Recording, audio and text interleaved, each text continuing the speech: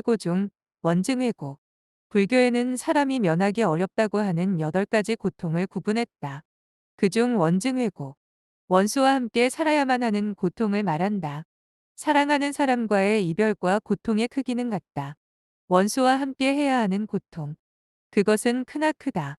인간은 태어나면서 관계를 맺는다. 자신을 중심으로 관계의 얽힘은 확장된다. 계중 선택밖에 관계도 존재한다. 가족이 그렇다. 부모, 형제, 자녀와 같이 선택하지 않은 관계. 천륜으로 이어진 관계. 벗어나지 못하는 관계가 그렇다. 관계에서 상처받길 계속한다면 자신과 상대를 위해 떠남을 결정해야 한다. 이별을 조금 더 순화된 말로 하자면 독립이라고 표현할 수도 있다. 부모 자식 간의 이별도 예외는 아니다. 자연계에는 부모 자식의 관계가 지속적이지 않다. 자녀가 성체가 되면 이들은 이별한다. 다른 표현으로 독립한다. 부모의 밥그릇을 탐하는 자녀에게 부모는 이빨을 드러낸다. 그것은 반대쪽도 마찬가지다. 인간은 예외다. 사회가 묶어놓은 시스템은 자연계에 그것을 거스른다. 공자는 유교의 개념에서 효사상을 중요하게 여겼다. 부모를 공경하고 긍휼히 여기는 이 사상은 사회의 질서를 유지하게 했다. 국가와 사회의 부담이 되는 노인에 대한 책임을 시스템을 통해 개인의 윤리적 책임으로 두었다. 이것을 부정하는 일은 사회의 지탄을 받는다. 유교의 영향력과 무관한 서구에서 부모, 자식 간의 관계는 성인 이후로 달라진다. 서양 부모에게 육아의 최종 목적은 독립이다. 동양에서는 다르다. 동양에서 관계는 죽음 직전까지 이어진다. 자식은 부모를 공경해야 한다. 이 시스템은 다음 자녀가 자신을 공경한다는 믿음으로 지탱된다.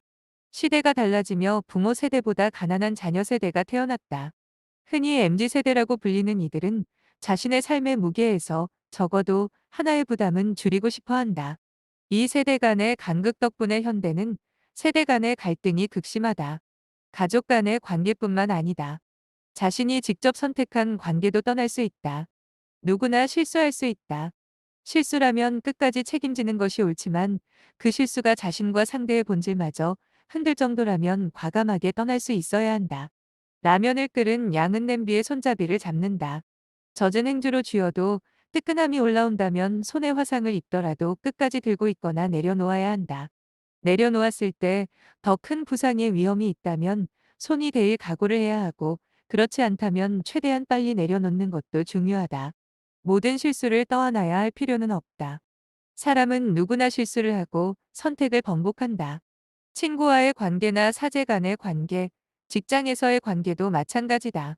다만 자신의 실수를 담담하게 바라볼 수 있어야 한다. 대부분의 관계는 일방적이지 않다. 상대에게 잘못이 있을 수도 있고 잘못이 나에게 있을 수도 있다. 때로는 그저 서로가 맞지 않을 수도 있다. 그것을 잘 살펴봐야 한다. 가끔 살다 보면 자신과 맞지 않는 사람들을 만난다. 상황을 대처하는 방식은 개인마다 다르겠지만 범인들은 가장 쉽고 이기적인 방식을 택한다. 바로 상대를 바꾸는 일이다. 부부는 대개 살아온 환경이 다르다. 누군가는 머리를 말린 수건을 방 안에 걸어두길 원하고 누군가는 그것을 세탁기에 넣어두길 원한다. 상대에게 한두 번 말을 해도 상대가 바뀌지 않는다. 세탁기에 넣어두길 원하는 쪽은 상대를 바꾸고자 노력하고 상대는 쉽게 바뀌지 않는다. 이런 사소한 갈등은 대부분 하나 둘 사이고 결국 다툼이 된다. 가만히 돌이켜 생각해보면 정답은 쉽다. 상대를 바꾸는 것이 아니라 자신을 바꾸면 된다. 상대를 바꾸는 것은 흔히 말하는 성인들도 이루지 못했다. 예수, 부처, 공자, 소크라테스라고 하는 4대 성인의 제자 중에는 그들을 배반하거나 실망시키는 일이 적잖았다. 사람을 바꾸는 것은 그들도 이루지 못했지만 우리가 그들을 성인이라고 부르는 이유는 문제 해결 방식을 바꿨다. 그들은 상대를 바꾸지 않고 자신을 바꿨다. 따져들자면 문제는 간단하게 해결된다. 오른쪽으로 가려는 자와 왼쪽으로 가려는 자가 동등하게 힘의 균형이 있을 때 우리는 이것을 대립이라고 부른다. 대립된 상태에서는 모두가 제자리에서 힘을 소진한다. 오른쪽이던 왼쪽이던 사실상 재앙에 가까운 결말이 있는 것이 아니라면 그냥 내가 상대의 방향에 맞춰 가는 것도 나쁘지 않은 선택이다. 상대에게 고칠 것을 요구하는 것이 아니라 잔리에 고치면 그만이다. 자신이 바꿀 수 있는 것은 오직 자신뿐이다. 고로 누군가와 대립관계에 있다면 상대에게서만 문제를 찾을 것이 아니라 자신에게서도 문제를 살펴봐야 한다. 한 여자는 남편이 술을 좋아하는 것을 문제로 삼는다. 남편은 워낙 술을 좋아했고 여자는 그것이 못마땅하다.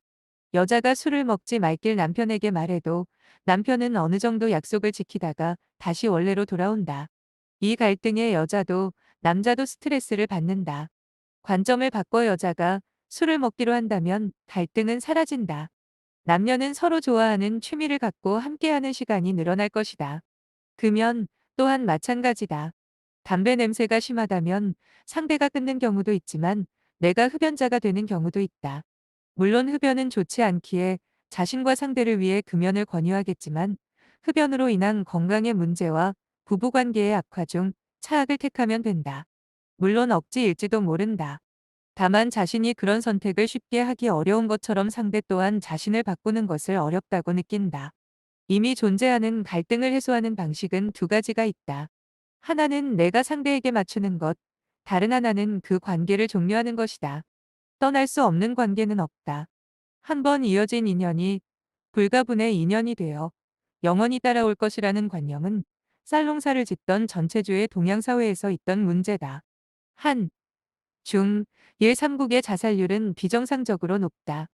이것은 국가법이나 사회체계의 문제라기보다 윤리로 얽혀 있는 복잡한 관계 때문일 것이다. 윤리와 비윤리. 그것은 분명 살아가는 데 중요하지만 죽음보다 선행하진 않는다.